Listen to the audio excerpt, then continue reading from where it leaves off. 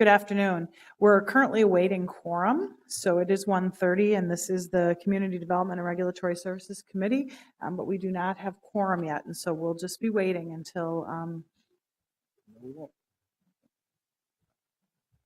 we can begin, which will be right now. I've been joined by council members Fry, Reich, and Quincy. I know council members Kano and Warsami will be joining us today. We have a number of items on our consent agenda. They are items 5 through 12. They include granting the recommended licenses by staff, and item number 5, accepting some rental dwelling license conditions in item 6, and a rental license reinstatement in item 7.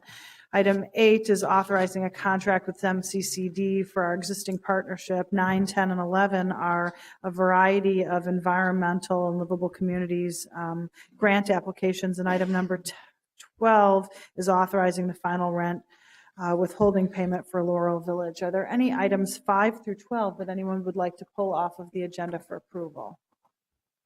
Seeing none, I'll move the consent agenda. All in favor signify by saying aye. Aye. Any opposed? That item is approved. We'll then move to our public hearing agenda, starting with item number 1. Mr. Wilson. Thank you, Madam Chair. We have an application for an extended hours of operation business license by T. Van Dyke Incorporated, doing business as DP Doe in the Dinky Dome building at 1501 University Avenue Southeast. Currently in that zoning district, they are allowed to be open till 1 a.m. during the week and 2 a.m. on the weekends.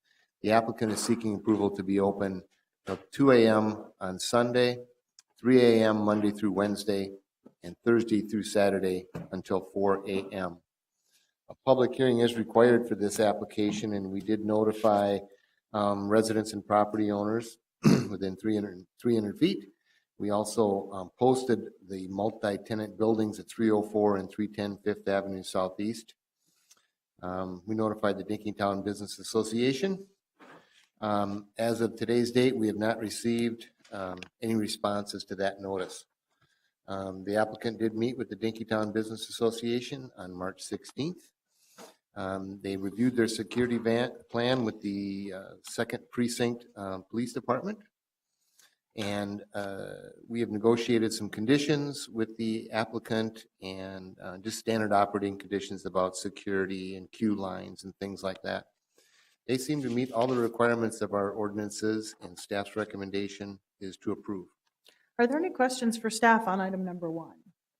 Seeing none, we'll open the public hearing on item number 1, which is a new license, DP Doe at 1501 University Avenue Southeast. Is there anyone here to speak to this issue? Anyone? Anyone? Seeing none, we'll close the public hearing. Councilmember Reich. Madam Chair, I move the item for approval as submitted. Item number 1 has been moved for approval. Further comments and questions? Seeing none, all in favor signify by saying aye. Aye. Any opposed? That item is approved. We'll then move on to item number 2. Mr. Wilson. Madam Chair, we have an application by the Van Dusen Mansion and Event Center Incorporated. They are located at 1900 LaSalle Avenue South, and they are seeking a rental hall license and extended hours licenses. Both require a public hearing. The Van Dusen Mansion has operated at this site for many years, and the new ownership group has been doing a great job of getting their zoning and business license and hours of operation permitting in order. A public hearing is required for these licenses, and we did notify residents and property owners within 300 feet of the premises. A notice was posted at 4 nearby apartment buildings, and we emailed notice to the Stevens Square Community Organization, South Hennepin Business Association, the Loring Business Association, East Downtown Council, and the Bryn Mawr Neighborhood Association. We received one response from that notice, and that was from the Stevens Square Community Organization, and they indicated in their response that they support this application. The extended hours of operation for this site is actually a small one. They are currently allowed to be open until 11 p.m. They're asking to have a midnight closure 7 days a week. They did do a security plan review with the 5th Precinct police staff.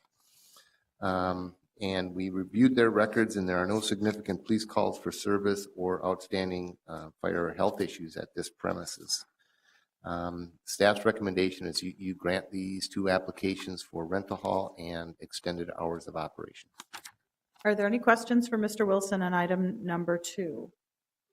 Seeing none, thank you for your report. We'll open the public hearing on item number 2, which is an extended hours new license for the Van Dusen Mansion and Event Center. Is there anyone here to speak to this issue?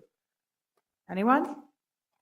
Anyone? Seeing none, I'll close the public hearing and move approval. All in favor signify by saying aye. Aye. Any opposed? That item is approved. We're going to move into our quasi-judicial public hearings. There are 2 of those today. I will note if you are here for items 5 through 12, those items have already been adopted. We will come back to our discussion item after the quasi-judicial public hearing. Councilmember Frye.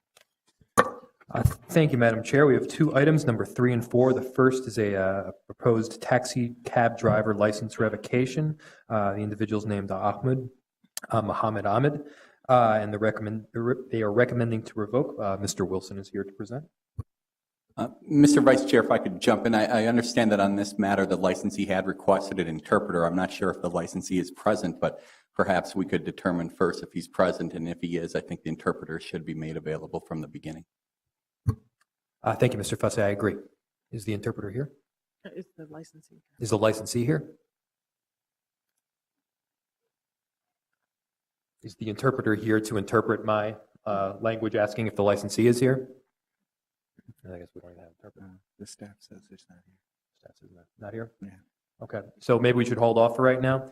Mr. Vice Chair, I think it'd be appropriate to call the licensee's name, and if he is not here, we can proceed with this matter. Okay. Mr. Mohammed Ahmed?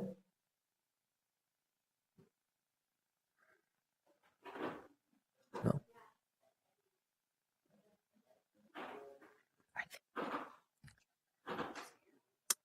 We'll hold off on number 3 for now, moving on to number 4. If somebody could call the interpreter to please bring them into the committee meeting, that would be great. So number 4 is a nuisance conditions process review panel recommendation on 3118 Park Avenue. It's the garage that we've dealt with on a few different occasions, and the presenters for committee are Farouk Azmadeh.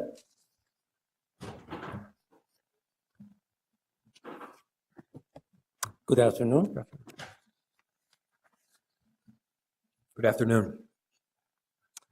This matter came before the nuisance condition process review panel on August 14, 2014, September 18, 2014, November 13, 2014, and January 15, 2015. Prior to and during this period of time, staff attempted to work with the property owner to address the dilapidated condition of the garage. The most recent meeting between the property owner and the staff occurred on December 5, 2014. At this meeting, staff explained why an estimate was necessary and that there were discrepancies between the engineer's report, the contractor's report, and the line item estimate of materials for the proposed work to bring the structure into the compliance with the Minneapolis Housing Maintenance Code. Department staff also requested to revise or amended engineer's report and a subsequently revised list of materials and estimates. The owner informed department staff this would be forwarded as soon as possible. The items were not received in a timely manner. The revised engineer report was received by staff on March 16, 2015. The updated material list was received on March 30, 2015. Background: 3118 Park Avenue is a single-family dwelling in a central neighborhood. 3118 Park Avenue has a garage that is accessory to the single-family dwelling. The garage is a 2-story, 3-car garage built around 1900. The garage is 560 square feet and sits on a 5,631 square foot lot. The garage has been determined to be substandard condition.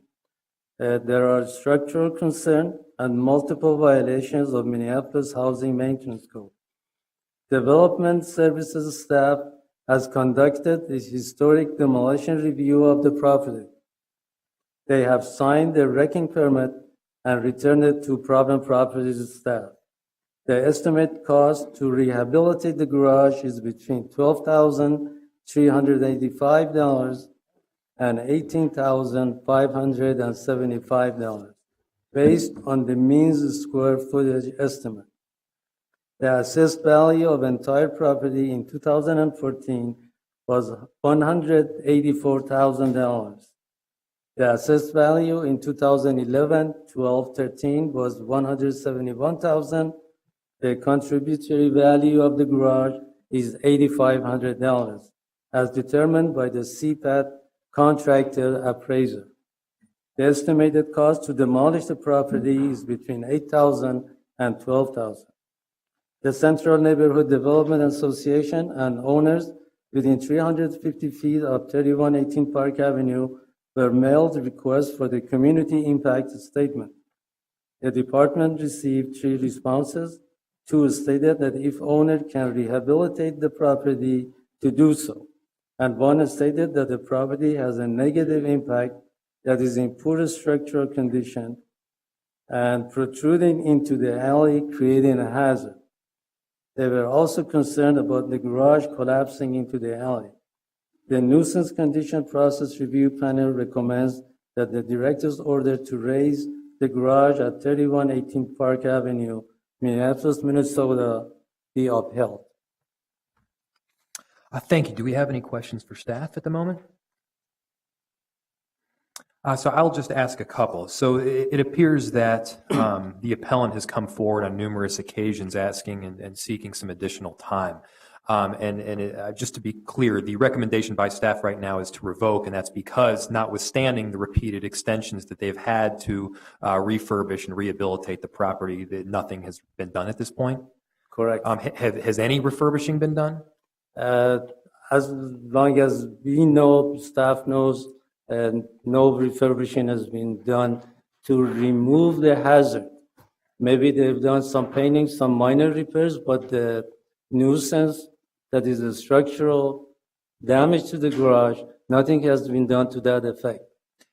And this is more than just nuisance at this point. There's also a safety concern as Safety well, concern. because the building may literally fall over. Yes.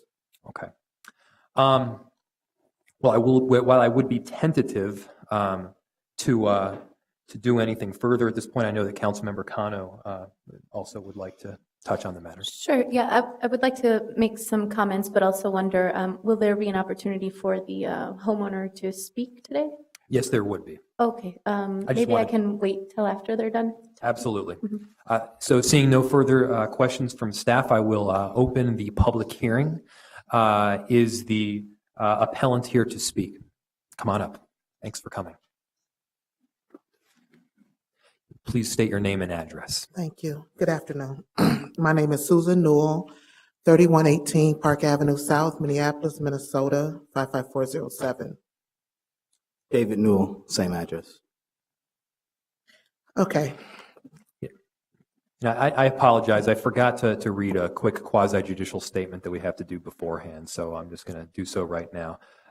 This is a quasi-judicial license hearing for which this committee is limited by law to hearing argument from the property owner or the owner's representative, but is prohibited from considering any further evidence or taking further testimony. So basically what that means is we're somewhat limited in the input that we're able to get from you. So mainly stick to the facts. Oh, yeah, Go that's for it. fine. Please go for it. No new information. Okay, just to reiterate what he said. We did come and we met with them December. First, they have that my husband came in October. That was actually me who appeared. We did meet with them in December. We had the engineer on the phone with them. They had an estimate to do the whole back of the garage, and they took the pictures down. But from the part that is starting to bolt out to the bottom, we're going to jack up the garage and fix that part. So then they wanted to speak to the engineer to make sure that that was doable. The engineer was on the phone in the meeting, told them that it was. They wanted a revised report from the engineer, which they did receive. The January 15th date, neither myself nor my husband was aware that we had to come to that date. Okay, so I don't know exactly what happened, so I can't speak on that. So the January 15th, 2015. Okay, and then I got a call about a meeting in March, and we were told that we needed to have, they had already got the revisions from the engineer. They wanted our updated supplies or report how much it would cost for materials. They gave us a deadline of March 31st, 2015. We submitted it by March 30th, 2015 via fax.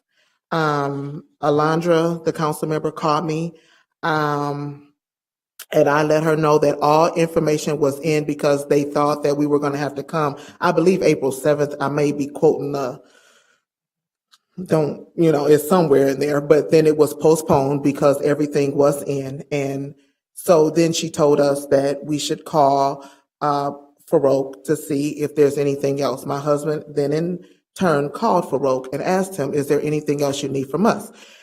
His response was, no, you guys have done everything that we've asked you to do.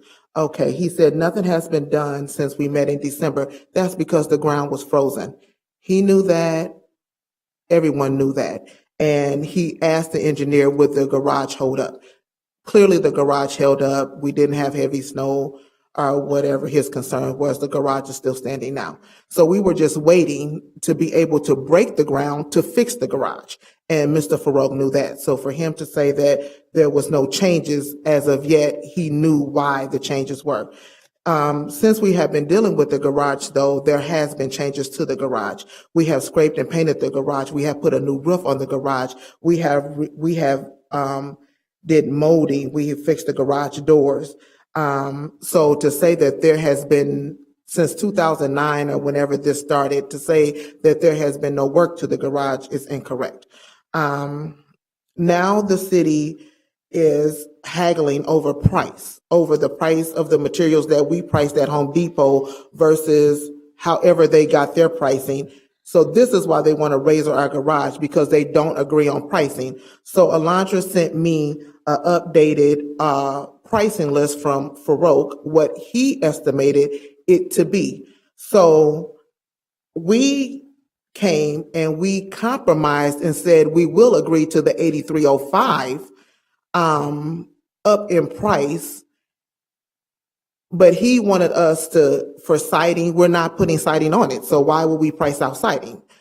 We price the wood that will be replaced, and it will be painted by my husband, primed and painted. So why would we price that out? So there's different things on there that should not be on there as a pricing, because it's not a price per se. I mean, we can put the $60, $80 for the paint if you want, but it's not the price that they are proposing. And so this is why we're here today, is because they don't agree on our bid that we submitted, and we did compromise. Lantra sent it. I emailed her back. I did agree to the 8305.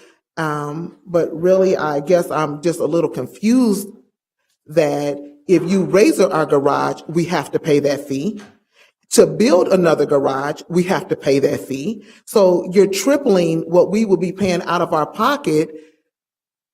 And I don't understand when we could just fix the garage.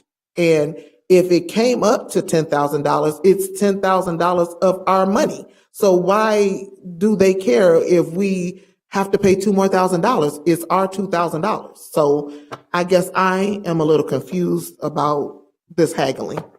And we are ready to move forward if the committee so sees fit. Thank you. That makes sense. Do you have anything further to add, sir? I just want to add Can that you please just state your name and address for the record? David Newell, 3118 Park Avenue, South Minneapolis. I just want to add that we have jumped through every single loop that they've asked us to jump through. We have submitted 2 different price analysis forms to them. We have submitted 2 one, the original engineer's report, and then a revised engineer's report.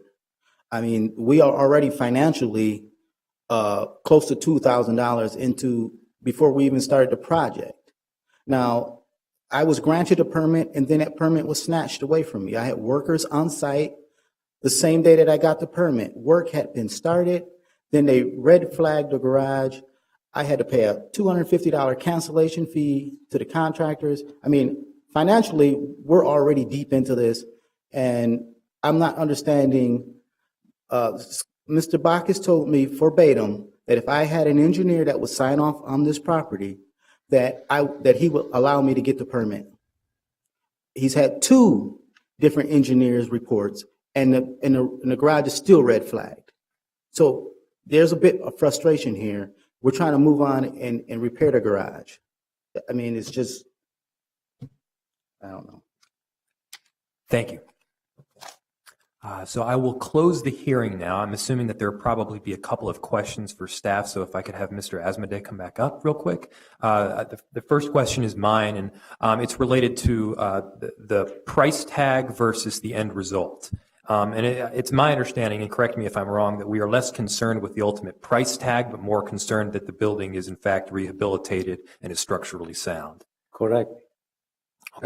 So whether the work is done for $8,500 or it's done for $12,300, we don't really care so long as the building. Exactly.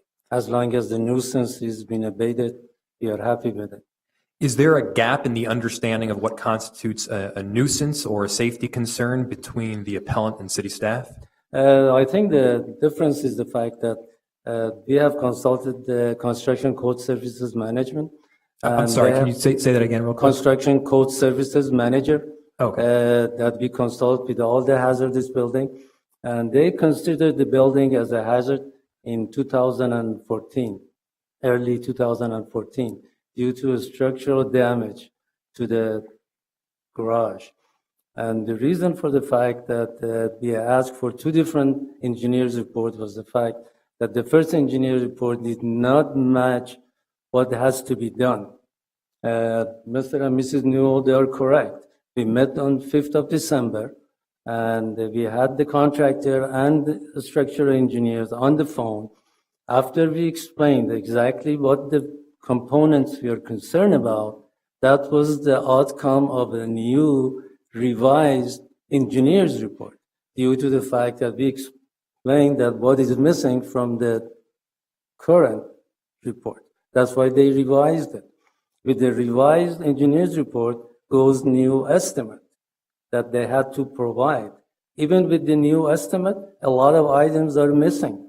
But if, as Mr. Newell states, that they're going to do it themselves and they're not going to pay any wages, the work to be done, we are fine with it. But the gap between the 2 estimates, it's about $4,000 or $5,000, and that's the difference. And if they can do it for what they say that it costs to do it, we have no objection as long as the nuisance is abated. Okay. And is there any disagreement that that work couldn't have been done while the ground was still frozen? While the ground was frozen, of course they couldn't do anything. But looking at the history of the property, this has been going on since 2009. Okay. And since 2009, we've been dealing with the same issue. We started this process in May of 2014, and we are almost May of 2015. We've been before the nuisance panel twice. Yeah, so. Thank you. Councilmember Cano. Yeah, thank you, Chair Fry. So my name is Alondra Cano. I'm the Ninth Ward council member and resident. The family is here today. The staff is here today. We realize we want to resolve this issue. I completely understand and share with my council colleagues frustration that this issue has been going on for so long. I was not here as a council member in 2008, 2009. I'm here today, and I've been working with the family to make sure that we have a clear plan and understanding of really fulfilling the vision here, which is upgrade the garage, fix the garage. They understand it's a safety concern. They understand the broader issues.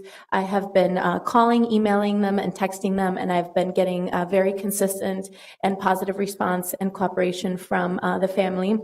I have talked to them about these issues of money and really complying with the requirements that are needed to get this garage up to condition. And we've also even started to explore the potential of having a granny flat in the future.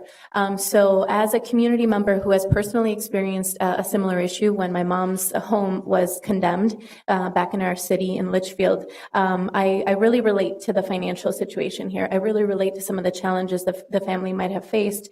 And what I would like to make a motion for is to allow them for 90 days to complete the upgrades. And if indeed in 90 days, the upgrades are not completed, then we can move on to the next phase, which would be then the staff recommendation to raise and demolish. But at this point, I believe that the family has done significant improvements from the last year and the year before in dealing with this issue. We all understand it needs to be taken care of. I think them being here today, explaining their situation and showing that they're going out of their way to come and speak to us really set us on a good positive path forward to fulfill the requirements of the city to upgrade this garage. So that would be my motion today, or my request. Thank you. So Councilmember Kano has moved to grant the appellant an additional 90 days to come into compliance with staff's directives, and that motion does not apply to necessarily the monetary cost, but it does comply to all of the asks in terms of the structure, the foundation, and everything else. Is there any further discussion on Councilmember Kano's motion? Councilmember Goodman. Thank you, Mr. Chair. I'm going to support Councilmember Kano's motion today, but here's my concern. If we're 90 days from now and we've had the wood repaired and it's been painted and peeled and painted and we've had a lot of cosmetic changes, but we don't have the nuisance condition abated, then it's going to be a lot of money spent and we're going to demolish the garage anyway. So I can't reiterate enough, just like I did the last time we talked about this, that it's not what the applicant thinks has to be done, it's what the staff say has to be done in order to maintain this is not a nuisance condition. And that's what we're going to be judging, not whether or not there's new garage doors or whether or not, I guess a roof is probably a nuisance condition. I agree, siding, it's a cool historical garage in a really neat part of town, so we don't want to see that fabric torn up. But this isn't about how it looks as much as the nuisance condition, the way it protrudes into the alley, the foundation, and all of that. And I would just implore upon you to make sure, it doesn't matter what it costs, that gets abated and some inspector can legitimately sign off on it. Thank you. I tend to agree with Councilmember Goodman's sentiment, and I will be also supporting Councilmember Kano's motion. Is there any further discussion? Oh, Councilmember Quincy. No, I apologize. Councilmember Quincy. Thank you, Mr. Chair. I was going to mention some of the things that Councilmember Goodman just did, so I'm pleased to see this is coming to a hard stop. So one of the costs that would be sunk into this, I'm assuming, would be the request for permits. Would permits be issued in time for the property owners to actually do the work? Yes. And then have it inspected? Exactly. So it's a risk because this is not a do-it-yourself project. This is a big deal. And to have the permits and to have an inspection is going to be, there's going to be an investment, and it's obviously going to have to be paid off to be approved by the inspector. So I'm very concerned for that, but I'm very hopeful that they're able to do that. I did have a couple of questions. One was, you had mentioned that a roof was done. Is that done when? Was that finished? When was the roof repaired on the garage? Yes. I'm sorry to ask that question, Mr. Chair, of the constituent, but is that appropriate to answer? Maybe the staff member could tell us. Does the roof comply with Can the? you show the picture? Yeah. The garage roof may be been repaired recently that I don't have any knowledge of, but what has happened, there was a chimney that has been collapsed or in the verge of the collapse, and you will see in our pictures that how the roof structure has been damaged, Right. and there is a sag in the roof. Well, it was that picture that caused concern because the date of the picture is Yes. January. So in the past, Is today's picture. These are today's picture, this Okay. morning. Yes. So I'm assuming that that does not fix the roof. It seems that way, yes. And I'm also assuming that a permit was not generated for a roof and I an have not inspection hasn't seen, happened. if there is a permit in there, I can report back to you that when the permit was issued and when it was signed off. Okay, thank you. Thank you. Any further discussion on Councilmember Kano's motion? Seeing none, all those in favor of Councilmember Kano's motion to grant a 90-day extension to come into full compliance with staff directives, all those in favor say aye. Aye. All those opposed say no. That motion passes. Moving forward, moving backward to item number 3. And again, this is the proposed taxi cab driver license revocation. I believe that Mr. Wilson will be presenting. Mr. Wilson. Thank you, Chair Fry. Mr. Mohammed Ahmed was mailed notice. Mr. Vice Chair, I believe the translator is here, and I think we should determine first off if the license holder is here or not. Okay. Is Mr. Ahmed here right now? Mr. Ahmed? Mr. Ahmed, it appears that the license holder is not here. So a translator would not be necessary. But is here. We have a translator in case the license holder comes in. We have a translator here. But if they do not, we will not be translating. Mr. Wilson. Thank you, Chair Fry. We have a taxi cab driver's license held by Ahmed Mohammed Ahmed. He has outstanding fines and fees owed the city of Minneapolis in the amount of $930.35. He was mailed notice of today's hearing on March 26, 2015, at an address that we deemed reliable, as he provided us that address as late as November of 2014 on other licensed materials. We also notified his service company, Skybird Taxi Cab, who is also the official agent for taxi cab drivers for notification purposes. Staff sent 2 previous notices to Mr. Ahmed on September 17th about this matter for 2014 as well. And as of today's date, the fines and fees remain unpaid, and staff would recommend that you revoke this taxi cab driver's license. Thank you, Mr. Wilson. Do we have any questions for staff? Seeing none, I will open the hearing specifically for the licensee and or a representative of the licensee. And I'll ask again, is the licensee and or representative here? Is the licensee and or their representative here? Is the licensee and or the representative here? Seeing that they are not here, I will close the hearing.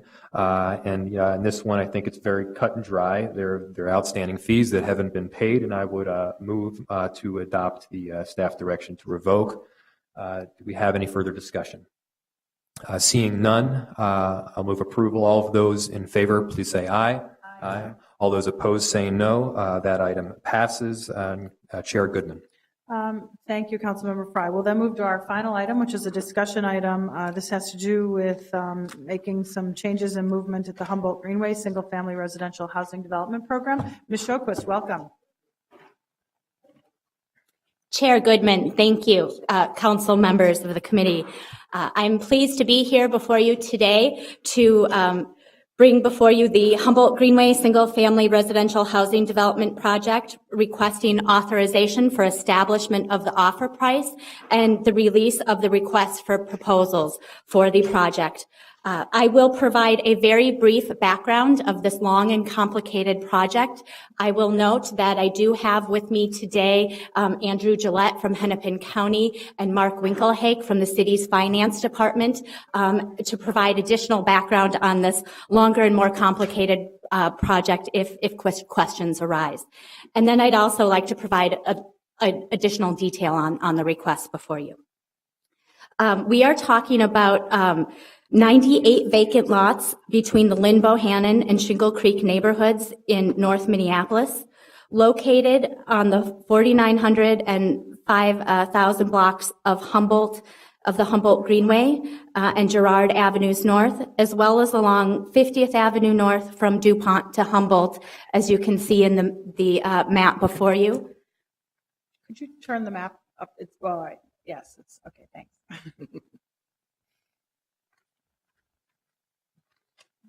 I'm also providing an additional map. The first map shows the lots that will be a part of the RFP. This map shows the lots that will be a part of the RFP. However, the orange lots are the lots that the city has recently entered into a memorandum of understanding with Hennepin County to sell as part of the RFP in a simultaneous closing. The orange lots are the Hennepin County-owned lots. The blue lots are the city-owned foreclosed lots. And then you can see further north and south from Humboldt Greenway and moving back towards the school and the park that many of these homes have already been developed. So additional background is that over a decade ago, the 108 units were previously planned for the 98 units that are before us today as part of the RFP. What the previous plan encountered was 65 single-family homes, 24 townhomes, and 19 row homes. And we are looking now to hear what the market wants to bring to this development. We are not necessarily tied to the previous plans. The completed phase of the redevelopment is along Humboldt Avenue from the 47th, 48th, and 51, 5200 blocks. That included 94 units, 58 single-family homes, and 36 townhomes. That included $23 million in development costs.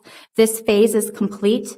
Some of the single-family homes in the first phase sold for up to $300,000, and some of the townhomes sold up for up to $255,000. Also included in part of the Humboldt Greenway plan was a 75-unit senior housing building called Shingle Creek Commons that was developed by Common Bond Communities and is still operating today.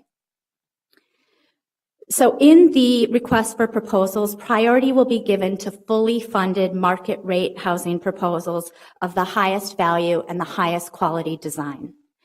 We hope to preserve housing styles that were originally modeled on the homes along Victory Memorial Drive, and to continue to complement the character of the neighborhood, increase the sense of community connectedness. We will be working with the design styles of the existing development, but upgraded to today's standards. The housing development may include single-family homes and townhomes.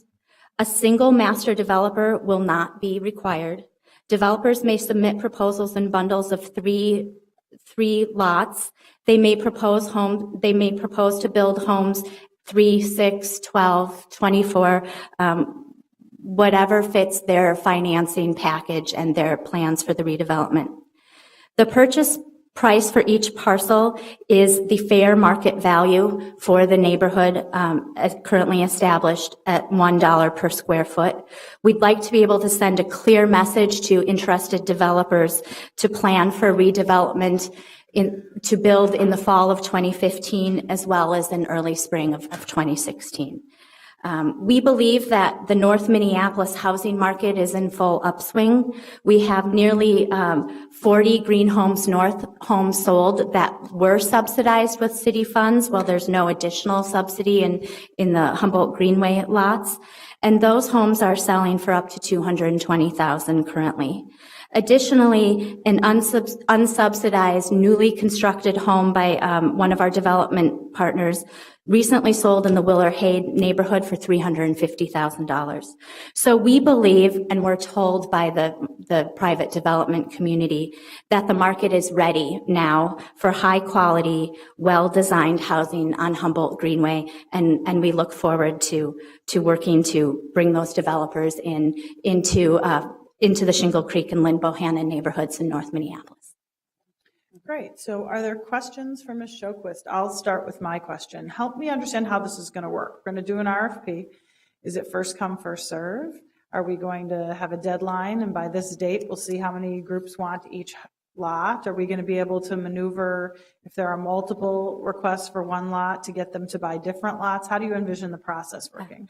Very good question, and thank you. I feel like we do have some experience with this, with our other processes, working through the foreclosure recovery crisis and beyond with Green Homes North and making all of our vacant lots available.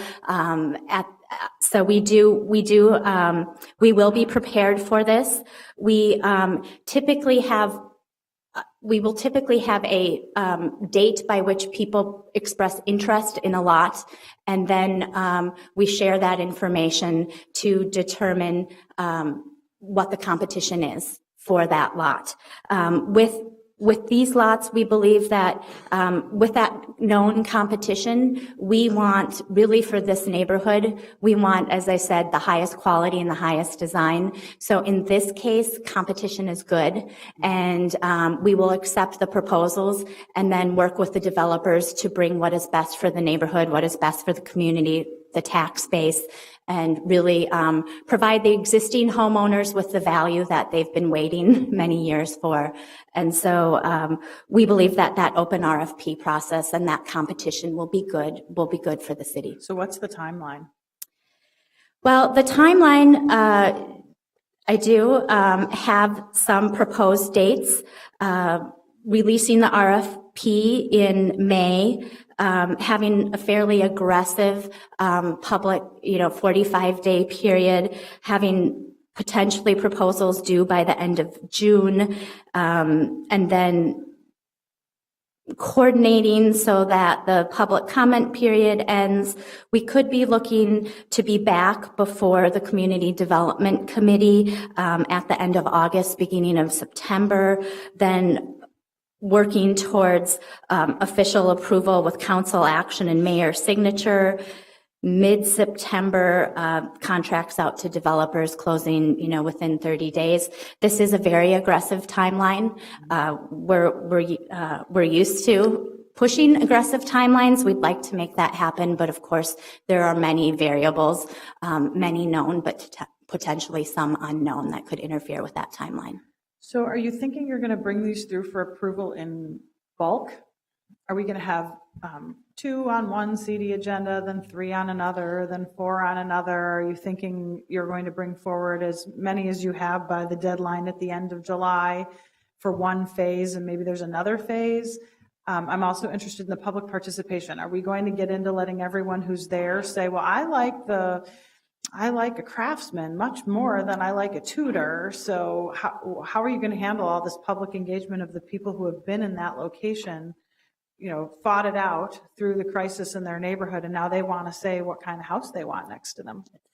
The request for proposals incorporates an element that has been very successful with Green Homes North, where we have 13 North Minneapolis neighborhoods and their design preferences in mind. We will, of course, have a priority for the design that was originally intended. The examples, we'll use the existing designs as examples. Like I said, we've upgraded a lot in the past 10 years to higher standards in the city. So we will have the designs available as an example of the existing developments, in the rest of the redevelopment. We will have our examples of the homes on Victory Memorial and in the neighborhood that show the fabric of the neighborhood. But we will have a design review committee that will include the Community Planning and Economic Development Director, Housing Director. As has worked in other development projects, we will involve the planning department, we will involve zoning and plan review, and most importantly, we will be looking for the involvement of a neighborhood representative to, it has worked in Green Homes North, where we had one representative that was representing the neighborhoods. We plan to do that again with this process, and if we're lucky, we'll have volunteer architects from the community as well. Okay. Are there other questions for Ms. Sjoquist? I wanted to acknowledge Council President Johnson, who's here, who's been very patient throughout this entire multi-year process, and just see if you had something you wanted to add. Please do. Thank you, Madam Chair. I want to thank staff for all the good work on this. And I was telling Ms. Brennan, I really want to be helpful in writing the RFP because I think this is a neighborhood that has all the attributes of what we want to see in the city, which is a variety of housing. It's mostly post-World War II housing, so a lot of story-and-a-half bungalows and ramblers, but it has extensive green space. And then Shingle Creek runs diagonally through these neighborhoods. And 49th Avenue North, which is the east-west street here that you see, has a connection to North Mississippi Park, the trails that run through the community hook up to the Grand Rounds, and then also into the Brooklyn Center, Brooklyn Park, the Three Rivers Park District trails. So there are great connections for pedestrians, bicyclists. As you can see, there's 2 school campuses and parks on either end of the Greenway. To the east is Jenny Lind School, which is a K through 8 school, and then Bohannon Park adjacent to it. That's Patrick Henry's softball fields. I mean, they're the main tenant there. Lots of people come and watch the games. It's a really fun park. And then to the west is Shingle Creek Park, Creekview Neighborhood Center, a community center, Olson Junior High, so Minneapolis Public School Junior High. And then to the west of Olson is KIPP Academy, which has been there just for their first school year now, and it's a junior high planning to expand, I guess, into elementary school. And to the east of Jenny Lind, or I'm sorry, to the north of Jenny Lind is Brightwater Montessori. So there's 4 schools in this neighborhood, all within walking distance. And the community very carefully planned this development to accentuate those really kind of unusual campuses that we have for city schools in our city. So I just think, the other thing I want to mention is 49th Avenue North is a express bus route. And so you can hop on the bus on 49th and be downtown in about 8 minutes. So it's a really attractive community for people to live in, nice, sensibly priced housing, well-maintained. And I expect that we'll have some pretty good developer interest in this. So I'm anxious to see this. And again, want to thank staff for all the work on it. Sounds like you have a good real estate agent there, someone who can promote the area really well. Yes, I'll be broadcasting that recording as part of the RFP process. Thank you very much. Are there other questions or comments on item number 14? Seeing none, I'll move approval of the staff recommendation on item 14. All in favor signify by saying aye. Aye. Any opposed? That item is approved. Our last item is receive and file. This is item 13. It's receiving and filing the 2014 year-end loan portfolio report for our business development and small business revolving loan programs. Are there any questions about that report? I would urge folks to read it. It is a lot of important information that you can pass on to constituents about how they can access various different kinds of loans within the city system. On the motion to receive and file, all in favor signify by saying aye. Aye. Any opposed? That item is approved. Seeing no further business before us, we are adjourned.